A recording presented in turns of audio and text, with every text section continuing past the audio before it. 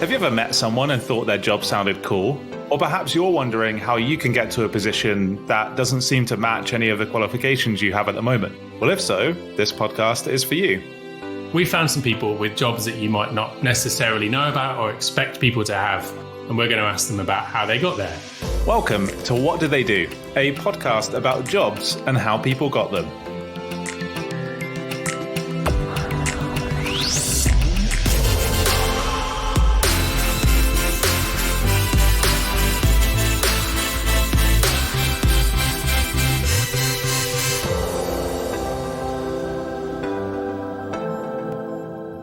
So I think the reason I wanted to make this podcast is that there have been numerous times in my life, and recently as well, where I've chatted to someone maybe at an event, or I've seen someone online that I haven't met and don't know anything about.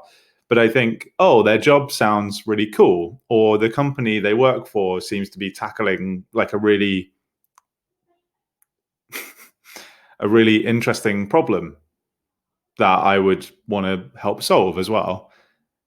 And I've not been able to dive deeper because there hasn't been time, or it's not the right forum to do it. And so for me, it's really just about being a bit nosy and understanding, how did that person get there? You know, if I know something about their past where they used to do one thing, I can't quite figure out the journey in my head from there to where they are now. And so the podcast for me is a way to explore all the different ways that people can make it into different roles that they're in. And I feel like I've taken a kind of unique journey, but actually I think everyone takes a unique journey in their career. And I'm not sure that a career could be defined in the same way now as perhaps it has been in the past. You see, nosiness definitely comes into my interest in this too, but I feel it's from a slightly different angle. So rather than like looking at people's jobs and finding it interesting, it's more about, you know, when you people watch, so just see people walking on the street or various things like that, I find myself asking that question, what do they do? Where it, like, so if someone drives past in a particular car, I might be asking, what do they do? Or if they're not really seeming to do much in the middle of the day, or these kind of things.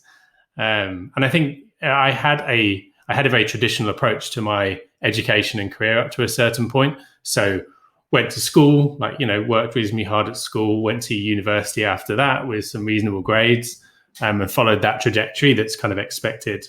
And it's only more recently that I think I've discovered lots of other types of jobs that I didn't really appreciate how I would get into them. I did a civil engineering course, which was with a view to becoming a civil engineer. You know, my course was my job. And obviously that's not the case for a lot of people who have done various forms of education that bear no resemblance to what they do directly. So my interest is about kind of, for those people that do jobs that I find a bit interesting or haven't followed that standard trajectory, what was their journey to get there? But in the same way, an excuse to pin them down and ask them a few questions about what that journey looked like is exactly what I'm hoping to get out of this. And if you could choose anyone in the world to interview for What Do They Do, who would you choose? Edit this bit out while I think about that question. I think it would have to be someone with a job that I couldn't possibly figure out what the qualifications would be to get that job. Definitely around the people who have forged a new path, sort of uncovered new ways of thinking. I'm not going to answer the question directly, so maybe I need to go into politics, but there is a program called Abstract on Netflix, and that is focused around design, but there's lots of different designers that they talk to. And the one that I found particularly interesting was people who design fonts, and particularly this very famous font designer that I don't think I ever really appreciated that people designed them. If you stop and think about this stuff, clearly they've come from somewhere. So clearly that is a thing, but I just never bothered to think about it before. And I think that's the interesting bit of these, actually stopping and looking at all the stuff that's produced, and somewhere along the line, there's a person whose job it is to think about these things, create these things. Those are the types of people I definitely like to sort of speak to a bit more. People who've doing those really interesting tasks that maybe go unnoticed. Do love a good font. Something about choosing a good pairing of fonts for a website that can make all the difference. If I think about a really poorly designed website, or if I ask my mum to create a website, she'd probably knock something up that has like Times New Roman paired with Arial and then a smattering of Comic Sans, maybe for some buttons or something. And it's amazing how my son is a big fan of the highlight. So colored highlights on the text, which is I'm sure it's going to get its time again at some point. Actually, I've seen a number of startup websites recently that do like almost like an underline highlight. So it's like a line through the text that isn't under the text, it's on it, and it's a color to make it stand out. But yeah, it's one of those things where there are definitely people out there producing and selling fonts, and some just doing it for free, like there are in most areas. There was a really interesting bit in it where the tricks of the eye that you have to play into fonts. So whereas you might think that it has to be halfway down, that actually no, if you do that, it's going to look all odd. And certain letters, like I think it was a D, where a certain part has to be particularly thicker than you'd expect. Some real tiny, minute details that make a font look right. And particularly, they were focusing around making a new font. So he'd discovered these pocket watches in a store, and they have a particular font on. He's like, what is that font? Who created it? And they sort of made a series of fonts based on that. You know, there is a website called What the Font. Typing that into my browser right now. Genuine thing. Used to use it. So I used to do a bit of design work. And if someone said, oh, I like the look of this website or this presentation or something like that, or they like the font somewhere, I would use that to figure out what the font is. And on most web pages nowadays, you can just look in the source code to understand what the font is because they're all served through the web. But yeah, a bit of a digression, but font designers is definitely one of those jobs where you just think, so does it take that long to design a font? And it would do, right? Because if you really think about where you've got to start from and where you've got to get to, and making sure, I think just the way fonts designed, the way the fonts are designed for different things would also make a difference. If you're going to design a font that's always going to be the size of me to go on a billboard, then you probably need to be making different design decisions than you do if it's just going to be on a screen on a web page. You mean they don't just drag over an 11-point font and type in like 6,000? We've all done that, haven't we? We've all done that when we're making like a happy birthday banner in Google Docs or Word, and just like where it goes over 6 pages. I think if I could choose anyone, just in recent memory, I would probably want to speak to a lady called Kim Scott. I started reading her book recently. She has a book called Radical Candor, which is about effective management and giving and receiving feedback. And effective management, not just as a manager, but actually at any level, just managing other people in your day-to-day work. And she talks about how radical candor is important. And so actually it plays in a little bit to the other day, you're talking about my perfectionism. And me not thinking. Yeah, I talked about it and you were like, what, me? Exactly. And I hadn't really accepted that before that point, but that was radical candor. Like, oh, Dean, we're never going to get anywhere with this because you're a perfectionist. And it's important that you said that, because otherwise we might have never got to a point where we release a podcast. And but the beauty of you saying this right now is that what people obviously cannot see is that you have a pillow in front of you to make sure that the sound is as good as it can be. So yeah, you carry on talking about why you're not a perfectionist, and I'll keep on watching you with your pillow. I just told you of it. I've accepted it, and now over the last few weeks I've embraced it, or few days, however long it's been.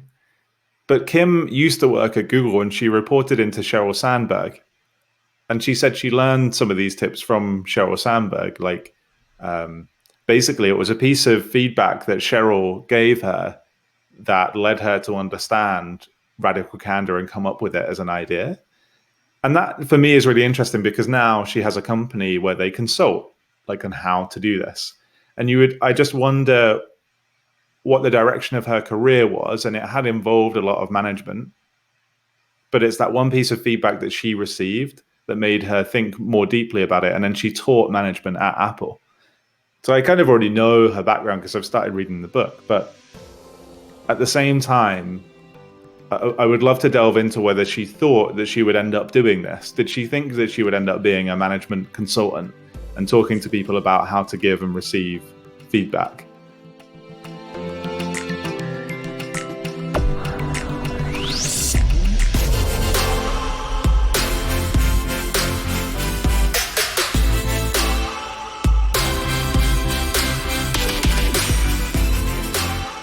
One of the reasons we probably want to find out what people do is that nowadays that is more varied and it's not one thing. So if you ask someone, if you want to find out what they do, the answer might be several things. Great example of that was I was at an event where the director who was kind of running the whole show from behind the sort of sound booth. So I suppose directing it, I don't know if that's the right term for her, but I went to speak to her in one of the breaks and pretty much, did ask, like, do you do this a lot? She actually turns out she does several things. She was a primary teacher doing cover work. Then she'd also go fly off to events to do the directing for these events. She also wrote her own stuff for something else. So it's just like there were lots of different things. And I think that is much more the case these days, that people don't really define themselves by one particular job. So you ask someone what they do. It might be a variety of things. And whether all of those things pay as well. So you talk about their 80-20, which we'll figure out, and we'll put a link to an official version in the show notes, right? That you can do a lot of things that don't pay because they're of interest, but who knows? One day they might turn into something that pays a bit better. If you talk about YouTube as an example, I still look over my 8-year-old son's shoulder to some of the YouTube content that he watches and think, credit to you people for making that valuable. And kudos to them. So yeah, that's another reason. So on what do they do, I want to find out what type of things people are doing, whether it's for money or not.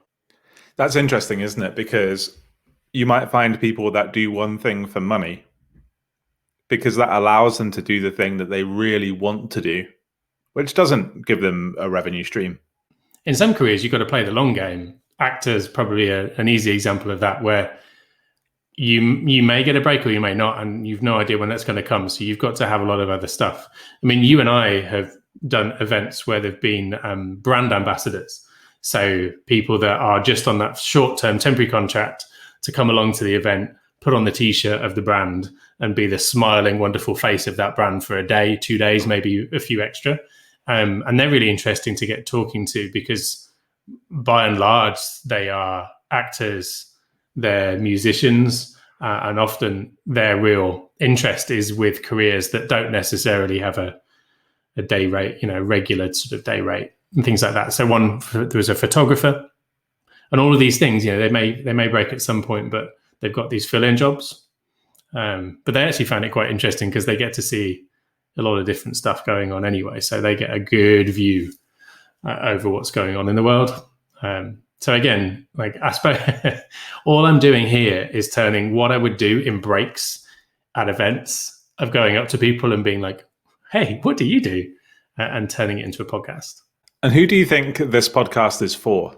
This podcast is for anyone that's looked around and wondered what people are doing and how they got there.